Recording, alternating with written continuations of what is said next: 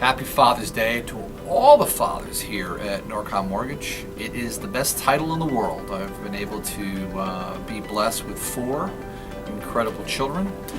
So many funny memories. The best is my youngest daughter, Bridget Mary, told her 2nd grade teacher she wanted to share. She stood up in front of the class and said that her father had issues. And anybody that knows me knows that I do have plenty of them, but the funny thing was the teacher asked her to expand on it, and she said that my father has a cookie issue. He hides cookies and eats cookies all the time, which is true. So everybody here knows that. I love candy too, but that's just the way it rolls. Well, I think it's very special, first of all, to be a father. I adopted 2 children and I'm fostering 2 more. And I understand what they didn't have prior to coming over. Is to be able to have a father, there's certain things that they can respect, and that is very special to the kids, I think, for mentorship and helping them understand certain things, and also just having that strong relationship and support. So it's very special from that aspect to be a father. And let me tell you something. First, kids are like horses. It's not who you're out of, it's who you're by. That's number 1 rule of fatherhood. Number 2, don't let your kids get involved in sports. Complete waste of time and energy. The other parents are horrible. The kids are all brats. They hated every minute of it. I couldn't wait till my kids went to college. I felt like Martin Luther King. Free at last, free at last. Thank God Almighty, I'm free at last. Rep that. Cute thing that I enjoyed doing was taking my daughters to their first dances, and that was always a good time. And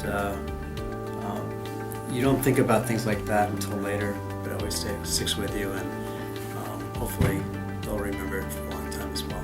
One of my favorite stories about being a dad is my daughter had a don't play with fire lesson. I came home one day and she was burning cotton balls in my bathroom, and she was letting them burn out in the sink, and the sink melted. She burned a hole right through the bottom of my sink. So, it's little things like that, but that is definitely one of my favorite stories about being a dad. My oldest is kind of an old soul and figured out the whole Santa Claus thing at a very young age. I want to say he was 7. I think my wife would say he was 6. And one day he said, while he was doing his homework, Mom, is magic real? And she gave the non-BS answer. She goes, no, magic's just pretend. And he called her out and said, so Santa's not real. And she says, oh, okay. So we looked at each other, and I guess we, at this point, didn't want to lie anymore to him at that young of an age. And we said, no, Santa's not real.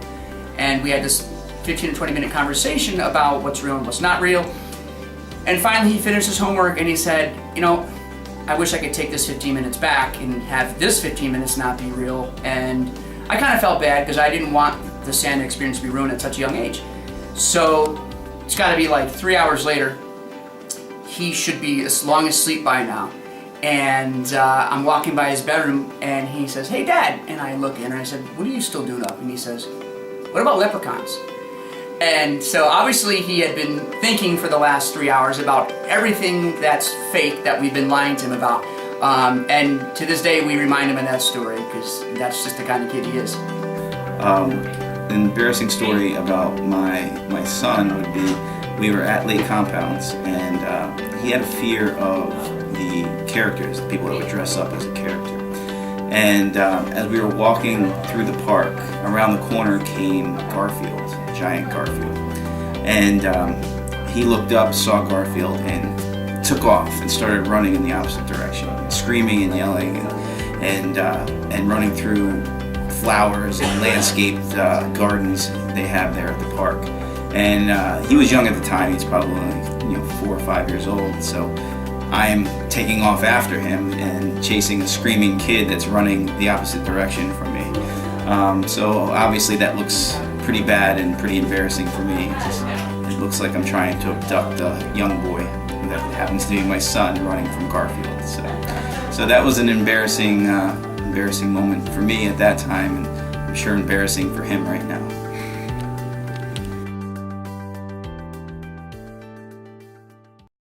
kids have ever said or done. Kids say the darndest things. They do. Just stuff. You got that on there, nature. buddy? Yeah, it's for the video, yeah. Did you ever see the movie The Godfather? Yeah. Yeah, the wedding? The guy with the photographer?